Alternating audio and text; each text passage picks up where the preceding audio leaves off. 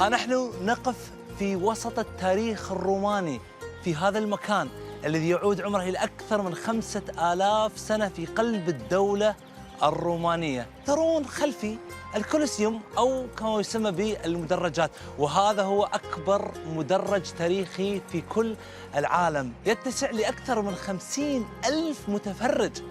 فتخيلوا بأن هذا الكولوسيوم الكبير العظيم استغرق بناءه 10 سنوات فقط في ذلك الوقت مع قل الموارد، ولكن 10 سنوات بنتها الدولة الرومانية، ولكن لعروض أشياء غريبة. تخيلوا أن احتفالاً بافتتاح هذا الكولوسيوم في ذلك الوقت أول 3 شهور قتل فيه 1000 مقاتل و5000 حيوان مفترس. أكيد مرت عليكم بعض المشاهد الدرامية والهوليودية اللي قاتل فيها المقاتل الحيوانات ومصارعة الحيوانات وإبراز القوة. نعم، خرجت من هذا المكان كما دون في التاريخ الروماني. وبالمناسبة مفهوم عسكرة الدولة خرج لأول مرة من الدولة الرومانية، فقد كانوا يتباهون بالقتل ويتباهون بالقوة العسكرية. عندما نقارن المسرح الإغريقي والمسرح الروماني نرى فروق كبيرة، فالرومان كانوا يتباهون بالقتل ويستخدمونه لأغراض قوة العسكر، أما الإغريق فهم كانوا يتباهون بالفلسفة والدراما والمسرح. وبالمناسبة حتى أن كلمة دراما هي كلمة أصلها إغريقي ومعناها أنا أفعل. دعونا وياكم نكتشف سر المسرح الدموي.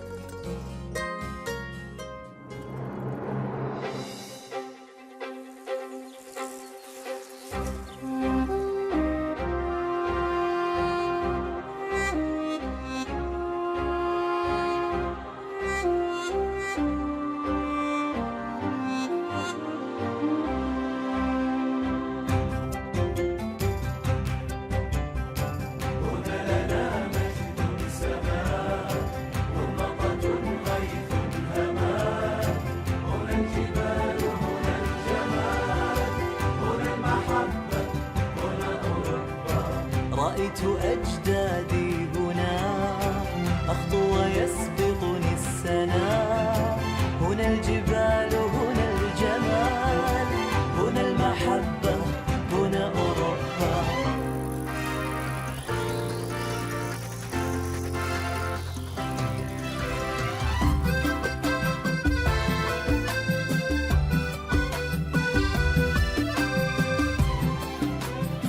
هنا العلوم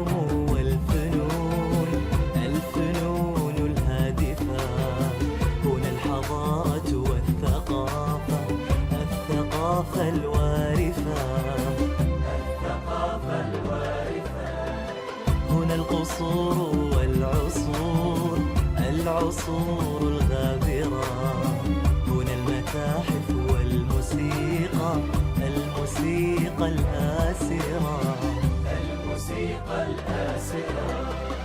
خطاي تسرع والأرض تبدع، خطاي تسرع والأرض تبدع. هنا الجبال هنا الجمال هنا المحبة هنا أوروبا.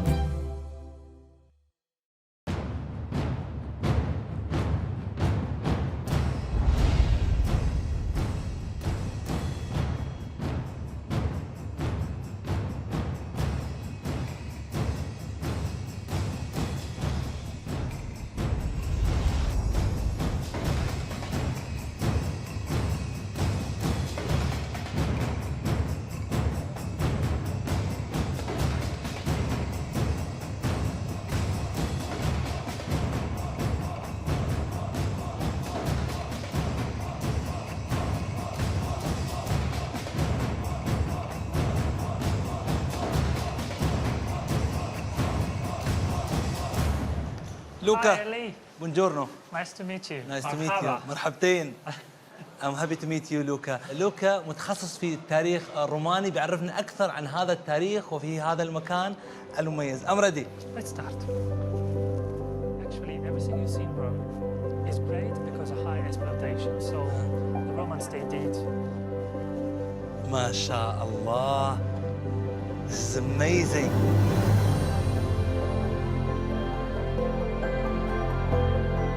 Luca, how old is this place?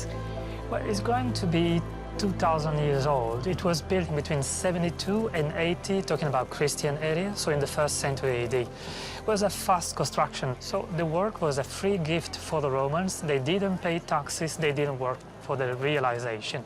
A fast work without any working day time, working night and day.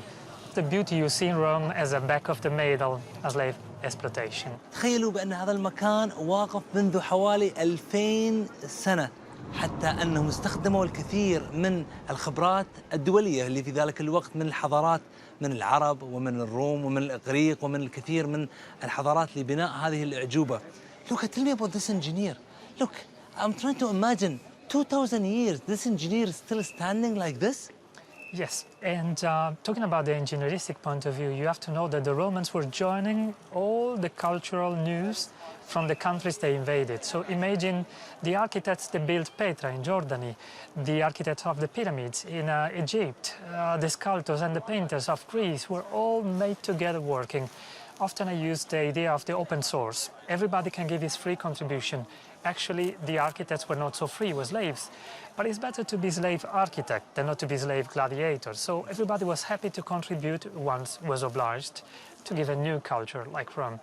And it's in bad conditions because survived several earthquakes. They used a lot of engineers, a lot of artists, a lot of knowledge, I would say, from many different cultures around the world. At that time, we're talking about almost 2,000 years. Why this monument and this Colosseum is very important to the society at that time?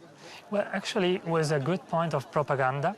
The family that built and financed the Colosseum were the Flavians, composed by 3 emperors, Vespasian, Titus and Domitian, and when they arrived to the power, they were not famous, they were nobody. So how to be appreciated by the Romans with the gifts? A stadium where the Romans were not working and they didn't have to pay any tax, a free gift. And then the games were for free and the food was given. When we say bread and show, is because the basic needs of the population, amusement and stomach, were under control. You know something dangerous? The emperors were 2/3 killed. We got more or less 81 emperors. 54 of them, they were killed, assassinated. So it was really important to seduce the people with shows, to become the people, not to kill the emperor. It's a propaganda machine. عندما نرى هذا المكان أعزائي المشاهدين هو كان يستخدم لأغراض الترفيه، تطلب الكثير من الهندسة اللي حول العالم فقط من أجل الترفيه. هنا يمكننا أن نستشعر قوة الدولة الرومانية في ذلك الوقت. I'm trying to understand the engineer here. Is this under the surface or above the surface? Well, these corridors were under the surface. It was a kind of backstage. You know, when you go to the theater, behind the stage are coming the surprises. But here you don't have a back. It's all sitting people. So 2 underground floors were the backstage, under the so-called arena. From high, I will tell you better about the arena, what does it mean and why it was so important. Today we have a reconstruction, but from the first floor it will be easier to see that. Please follow me.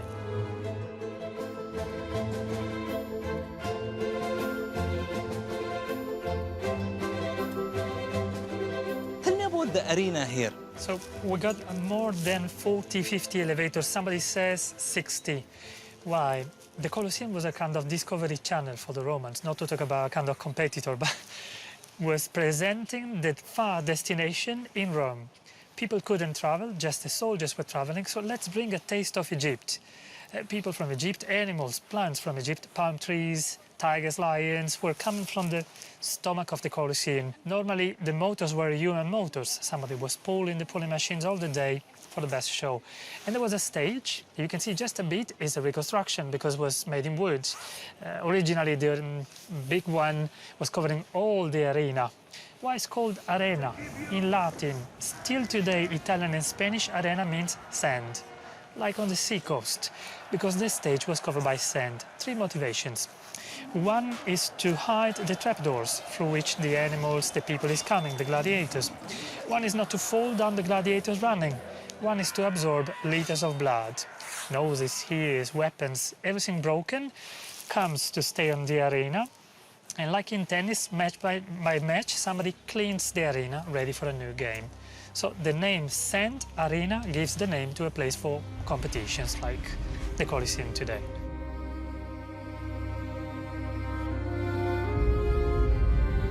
Tell Tell me about the battles that happened here. Well, actually, we got reconstructions of historical battles or just duels, sometimes epic. Almost were duels. The gladiators were fighting in a couple. And it started like a celebration of funerals into the Etruscan culture, so the pre-culture of the Romans, but the Romans made a star system. Notice some of the names of the gladiators are famous still today. Maybe you heard about Spartacus and Maximus, where they became famous like soccer players or actors in the TV. Well, we know that a good gladiator was a big investment. That's why it's not true that many of them, they died on the arena. The most expensive, the most famous, the heroes of the people were surviving. Yes. سبحان الله، لكل زمان دولة ورجال. عندما نقارن الجلاديترز في ذلك الوقت فهم اليوم أشبه بلعيبة كرة القدم مثل ميسي ورونالدو اللي كانوا يباعون بأرقام خيالية وفلكية في ذلك الوقت. الجلاديترز اليوم نشبههم بلعيبة كرة القدم. Tell me about the nobles. Where did they sit to watch the games? But actually today you don't see the seats, but you have a short reconstruction. If you look in front of us, there are kind of white and brown seats. This is one slice of a ring, because the Colosseum was a stadium like the stadiums of today, so you see just the bones, the skeleton, but there were surfaces with steps over which the population was sitting and was divided into social classes. So as today, as much as you pay, close you are to the action. The close ring, the first one, were the senators. Here there was a tribune for the emperors, after them the senators, then the equites, a kind of middle class, horsemen, not noble but rich enough to buy a horse, strong in the war, strong into the place to see the competitions. Then there was free people, normal people, then slaves and ladies at the last floor. There was a social segregation and a gender segregation. You see the scaffolds are restoring the last floor, where plebeians and non-nobles. So the nobles were close to the action. And if you look well, you see there is no a circle, but an ellipsis. Because stretching an X, the people sitting along at the minor X can have a best view. So the emperors will have the better view because sitting on the side of the short X of the ellipsis. وبالمناسبة فكرة تصميم ملاعب كرة القدم أتت من هنا. عندما نرى هذا المكان فعلا كأنك قاعد في ملعب كرة قدم. Let me tell you about the inauguration games. The person that got the idea of the Colosseum, Vespasian, the emperor, he died a year before the inauguration. So Titus, his son, he sponsorized the games, 100 days of bank holiday, 5,000 animals, 2,000 gladiators, more or less, used for a good show. You can imagine how cruel and blood there was running into the arena. I would like to compare it to the Greeks. Yeah. No, Well, the Greek is so different. yeah, the Greek culture is more theater, concerts, but you know what? The Romans said they won in Greece because the Greeks were too much interested in philosophy and theater. They were strong soldiers and they were used to see blood. If you go as the Greeks, you will die. Well, when the Romans, they arrived to be close to the Greeks, enjoying too much luxury, it's true, they lost their power because a new population, new waves of people, needy and poor, took their place, the barbarians. So it's true, the Greeks were completely different, but when the Romans, they arrived close to the Greeks, they lost their power. Blood is luxury here and philosophy is luxury It's here. actually there. Is here the birthplace of Rome? No, we'll go in a few minutes. We'll go on the Palatine Hill. I can't wait for it. Let's go. Yes.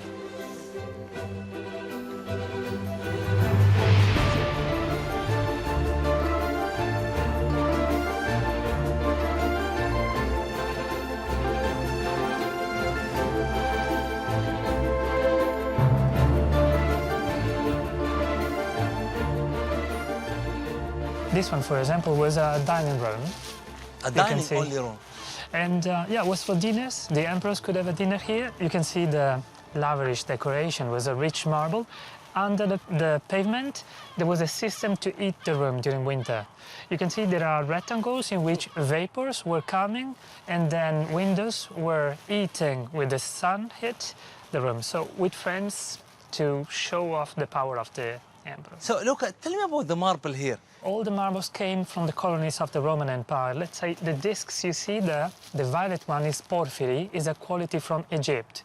Was so expensive and rare, it was just used by pharaohs and emperors.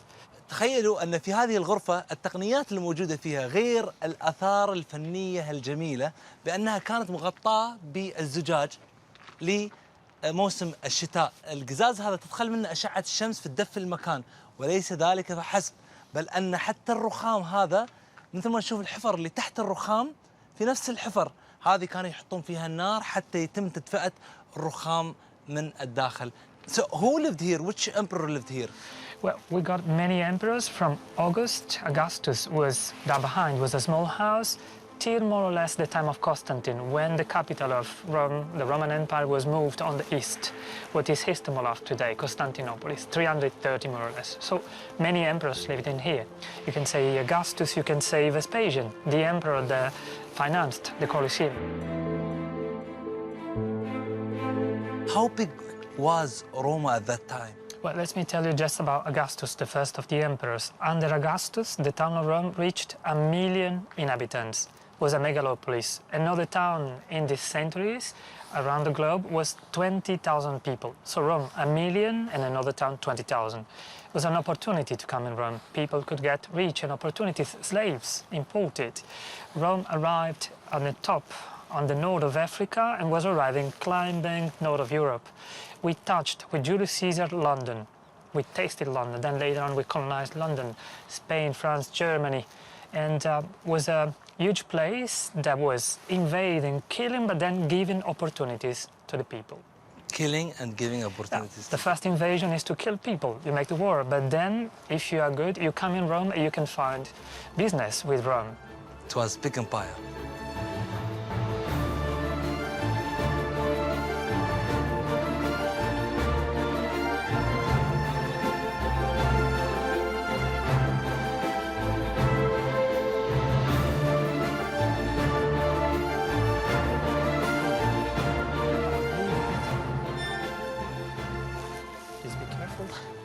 Into the place where the roots of Rome are. That's the small village where we believe that Romulus was living. إذن أعزائي المشاهدين، من هنا ولادة الدولة الرومانية وبدت روما اللي نعرفها اليوم. So here was the foundation of Rome. Yes, maybe you know the history of Rome, at least the epic history of Rome. We believe that a couple of twins called Romulus and Remus fought to decide who was the founder of Rome. They took a certain time to count the flying birds. One from here, Romulus, is the Palatine Hill, another one from another hill called Aventine, Remus, where the number of birds was favorable to Romulus. Well, we don't believe that Romulus was a true name, but we believe that it was a real man because the archaeologists have found here traces of a village. Well, you can understand. Today you find just a number of holes in a circle or in a rectangle. These are the places where the trunks of the trees were placed with a raw roof in straw to make a hood, a house of the antique people. 753 BC. How we can be sure? Archaeologists with new technologies, carbon-14 or X-rays, can date the materials found in between the village. Why this place here? Because the Palatine, it's a kind of tower watching at the river, the Tiber, the river of Rome. So it's a place to control traffic, tradings, to have water, to go to the sea. So it's a favorite place to dominate the traders and to have protection by them if attacking. Another motivation why this place is important is because Augustus knew that here were the founders of Rome. How do we know? To the left was made a temple. So Augustus said, if was made a temple as a memory of the founders of Rome, we can trust them. And straight after, there was the Augustus house. So what's the purpose? Augustus wants to be linked to the founders of Rome. The kings, later the emperors. So this is really an important place. ومن هنا بدأت نواة روما اللي نعرفها احنا اليوم. روما التي وصلت إلى العالمية بدأت من هذه النقطة. وهناك أسطورة تقول بأن هناك توأم بالقرب من هذا النهر تاها ورضعتهما ذئبة، وكان اسمائهما راميلوس وريموس.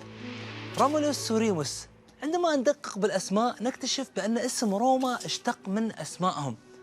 راميلوس وريموس اللذان أسسا نواة روما التي لا زالت واقفة إلى يومنا هذا. we need more time definitely to discover this place.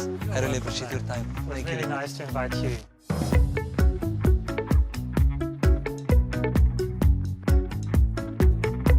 من أكثر الشخصيات جدلاً في التاريخ الروماني هي شخصية نيرون. هذا الشخص الذي حرق كل روما بسبب عدم قبول الشعب والسكان له، لأنه كان حاكماً بالتبني ولم يكن من الأسرة الحاكمة في ذلك الوقت. وتقول الرواية أيضاً بأنه كان جالساً فوق هذه التلة مستمعاً للأغاني خلال حرق روما الذي دام لأكثر من 7 أيام. وهناك مثل روماني يقول: أشد من نار نيرون. اجتازت سمعة حريق روما كل أوروبا لسنوات عديدة، وكانت ذكرى سيئة في أذهان الكثيرين هنا. وعندما حكمت أسرة فلافيا مباشرة من بعد نيرون، بنت هذا المعلم المميز إعلاناً عن انطلاق روما الجديدة. هذا كان في سنة 70 بعد الميلاد.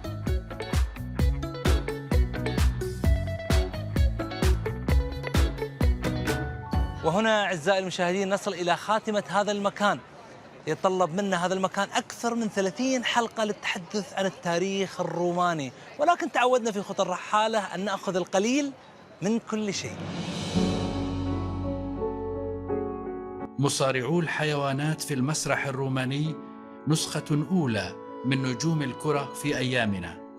إنهم الجلاديترز الذين أسسوا بمسرحهم المخيف فكرة ملاعب كرة القدم، مع الفارق بين الفرجة على كرة يتقاذفها لاعبون صاروا نجوم الصالونات الراقية، والفرجة على جثث تمزقت على أنصال السيوف وأنياب الوحوش الكاسرة.